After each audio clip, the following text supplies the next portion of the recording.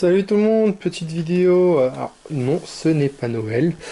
Petite vidéo, elle va peut-être être assez longue, où je vais faire un petit peu un bilan des dernières semaines, parce que j'ai pas fait beaucoup de vidéos. Le travail, beaucoup beaucoup de travail. Tout d'abord, je tiens à préciser qu'on a, ça y est, le record de France. Enfin, faut dire le record de France depuis longtemps on l'a, mais on va dire le plus gros testacle de France. Au niveau des tessacles musicales, on a réussi à atteindre 3 mètres d'éclair avec un tessacle musical pour un secondaire de 1 mètre, avec une puissance de 3600-4000 watts à peu près. Voilà. Au niveau de l'alimentation, beaucoup beaucoup de boulot. Je pensais que je pèterais un câble, hein, au niveau de l'alimentation, parce que je l'ai fait et refait. J'ai dû la faire quoi, 4 5 6 fois, je peux même plus vous dire, tellement de fois que je l'ai faite. Cette alimentation est assez particulière parce qu'elle permet d'obéir au vrai réglage de Tesla. Voilà, alors la particularité, je la montrerai, c'est pour éviter de casser la résonance au niveau du secondaire. Il faut une électronique, respecter pas mal de règles. Alors pour ça, déjà, il faut vraiment connaître les Tesla-coils. Faut pas connaître les Tesla-coils en mode branlette intellectuelle. J'ai lu du Wikipédia où j'ai déjà fait de l'accordage radio et je m'y connais. Non, non, c'est beaucoup plus compliqué que ça. Que simplement de la radio, hein. Parce que là, il faut éviter de casser le Tesla coil, la résonance du Tesla coil, hein. Voilà, donc par exemple, je vais faire une petite démo. Notre Tesla coil, là, il a une structure interne. Voilà. En approchant ma main, regardez bien, oh, les ampoules baissent. Voilà. Alors là, je me suis pris un peu tard pour faire la vidéo, mais parce qu'en fait, j'ai refait le secondaire pour le proto, hein, du projet Stella. Mais hier, j'ai fait les tests de cette carte électronique avec un autre Tesla Coil, avec une fréquence beaucoup plus haute. Et en approchant ma main, voilà, même à cette distance, je ne cassais absolument pas la résonance. Pour casser la résonance, il fallait carrément que je me mette à toucher le secondaire.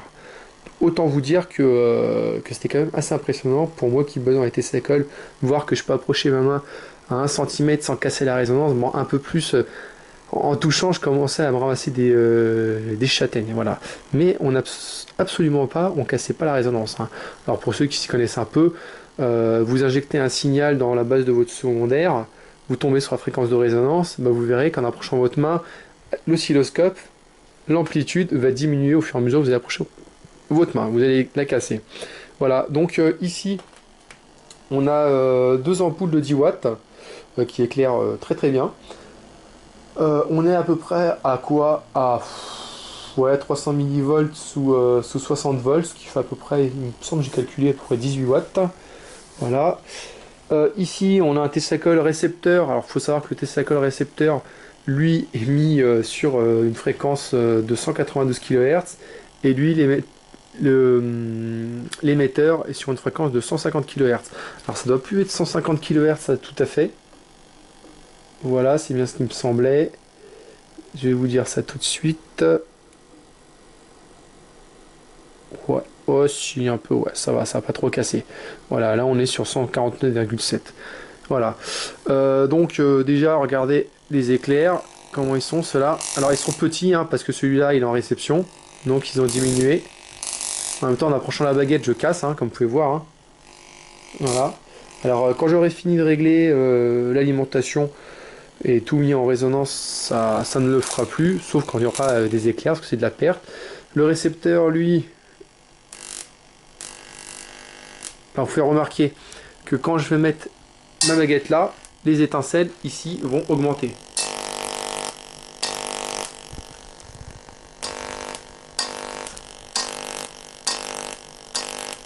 Voilà, normal, je désaccorde le récepteur. Voilà, c'est surtout les choses qu'il ne faut absolument pas avoir dans l'électronique de Nikola Tesla, hein. En touchant ici, bien entendu, ça diminue. Voilà, là aussi ça diminue. Voilà. Donc, ce que je vais faire, Je vais le régler autrement. On va mettre en impulsionnel. Vous allez voir.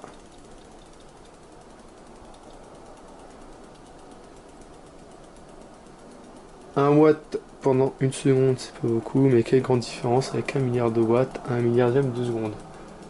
Voilà. On peut voir, hein, là c'est beaucoup plus intense au niveau de la luminosité.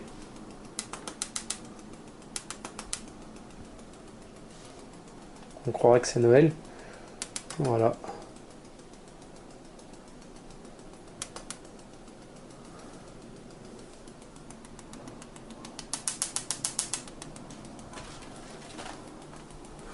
Donc ce que je vais faire là, c'est que je vais enlever lui, Mister secondaire. On va le planquer. Hop. Et maintenant on va laisser le Tesla Coil tout seul. Voilà, alors vous pouvez voir déjà, hein, maintenant l'étincelle est beaucoup plus grande. Hop. Alors, vous voyez déjà des belles étincelles.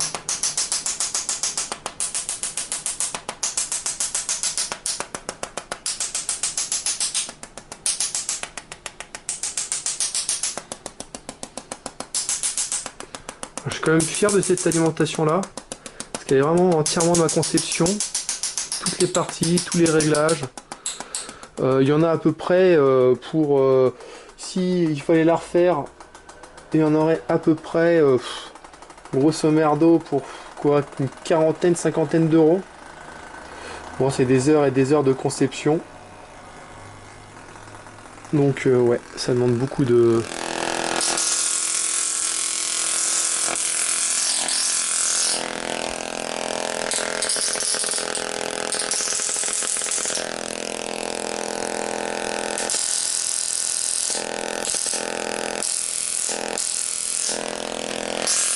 Alors, et je vais voir un truc qui est marrant. C'est avec une feuille. Ah, viens là toi. Et alors, on va essayer. Hop. Alors, je vais éteindre la lime. Vous allez voir, c'est assez marrant de faire ça. Excusez-moi, je te recadre. Vous allez voir ce que ça fait sur le papier. Là, c'est cool, je trouve.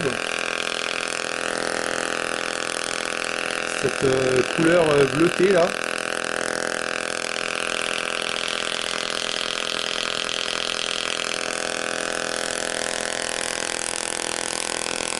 Là, on peut voir qu'à haute fréquence, le papier devient conducteur. Ça, c'est marrant.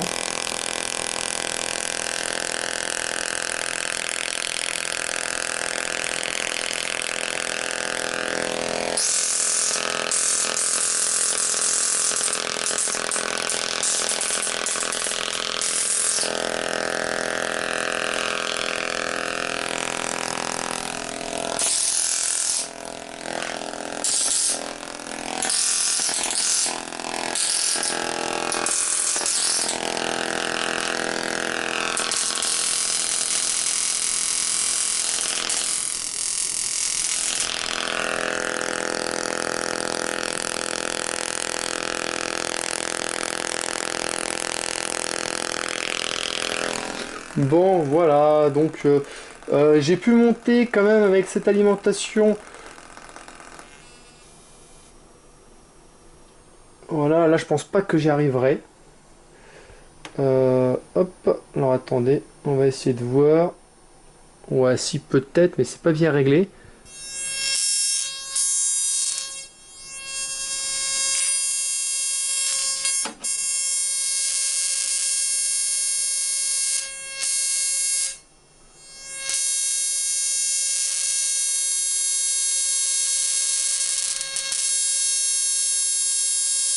Alors là, quand je mets l'étincelle, je consomme vraiment très peu. J'arrive à peu près à une conso, je suis à 60 mA, sous 60 volts. Donc voilà. Le problème, vous voyez, je vais vous expliquer un peu le problème. qui est soulevé et que Capanaz a réussi et tout un tas de mecs ont réussi. Le problème, c'est que vous avez vu qu'en montant la fréquence, les étincelles, la tension du secondaire diminuait. Comment ça se fait? C'est que la pression interne du secondaire change. Donc il faut accompagner ce changement-là. Si vous ne faites pas ça, ça ne sert à rien. Je vous donne un exemple. Vous prenez une cloche. Notre secondaire, c'est la cloche. Le primaire, c'est notre marteau.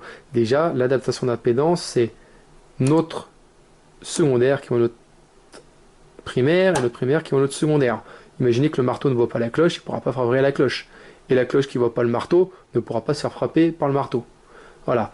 Donc une fois qu'on a adapté cette impédance, cette fameuse résonance qu'on croit aujourd'hui, ce qui se passe, c'est qu'il faut savoir frapper au bon moment le secondaire avec le marteau qui voit la cloche. Chose qu'aujourd'hui, tous ces électroniciens chevronnés oublient de faire. Voilà. Et chose qu'il faut savoir faire. Je vous ferai une démonstration demain et c'est vraiment impressionnant d'approcher sa main et de voir que la tension ne chute pas, qu'il n'y a aucune différence. Ça, c'est très impressionnant. Voilà, Tesla, c'est vraiment un taré, quoi. Voilà, donc bon, c'était une petite vidéo. Hein. Là, il y a aussi le bobinage, hop, voilà, que j'ai fait, que j'ai refait, on va dire, qui obéit vachement.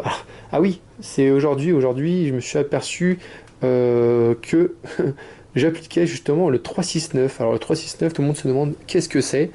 En fait, personne ne sait parce que personne,